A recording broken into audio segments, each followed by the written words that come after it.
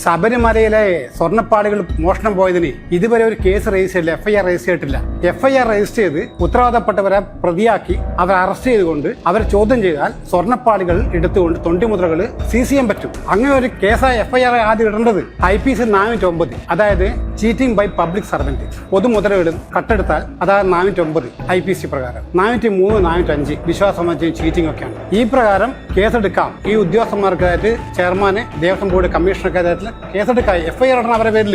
കൂടാതെ prevention of corruption act 1985 അത് പ്രകാരവും ഒരു പബ്ലിക് മുതലുകളിൽ ഉത്തരവാദപ്പെട്ടവർ നഷ്ടപ്പെടുത്തിയാൽ അതിലും അഴിമതി ഉണ്ടാവും, അഴിമതി മറച്ചു വെക്കുന്നതായ കുറ്റകൃത്യങ്ങളൊക്കെ ഈ വകുപ്പ് പെടുന്നതാണ്. അപ്പൊ അവരൊക്കെ ഇതിന് FIR ഇട്ട് കഴിഞ്ഞാൽ, ഈ വകുപ്പ് വെച്ച് FIR ഇട്ട് കഴിഞ്ഞാൽ അവർ അറസ്റ്റ് ചെയ്യാം. സ്വാഭാവികമായിട്ടും അറസ്റ്റ് ചെയ്ത ശേഷം അവരെ തൊണ്ടി മുതലുകളൊക്കെ ചോദ്യം ചെയ്ത് കിട്ടും. ആദ്യം അതാ വേണ്ടത്.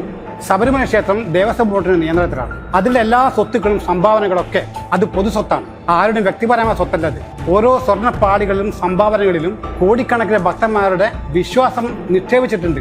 അതുകൊണ്ട് ക്ഷേത്രങ്ങളിലുള്ള സംഭാവനകളും സ്വർണ്ണപ്പാളികളൊക്കെ ജനങ്ങളുടെ ആസ്തിയാണ്. അത് നഷ്ടപ്പെടുമ്പോൾ ദേവന്റെ മഹത്വം മാത്രമല്ല പോകുന്നത്, മറിച്ച് ജനങ്ങളുടെ വിശ്വാസമാണ് പോകുന്നത്. ഭരണഘടന 300A വകുപ്പ് പ്രകാരം ഒരു പൊതുസ്വത്ത് സംരക്ഷിക്കേണ്ട ബാധ്യത സർക്കാരിനാണ്. അത് ഭരണകൂടം സംരക്ഷിച്ചില്ലെങ്കിൽ അത് നിയമത്തോടുള്ള അവഹേളനമാണ്. അയ്യപ്പന്റെ സ്വർണം മോഷണം പോയതാകാം, പക്ഷെ അയ്യപ്പന് നീതി മോഷണം പോകരുത്. ആ നീതിക്കുള്ള പോരാട്ടം പൗരബാധ്യതയാണ്. സ്വർണം മിണ്ടാതിരിക്കാം, പക്ഷെ നിയമത്തിന് മിണ്ടാതിരിക്കാൻ കഴിയില്ല. അതുവരെ പൗരശബ്ദം നിശബ്ദമാകരുത്.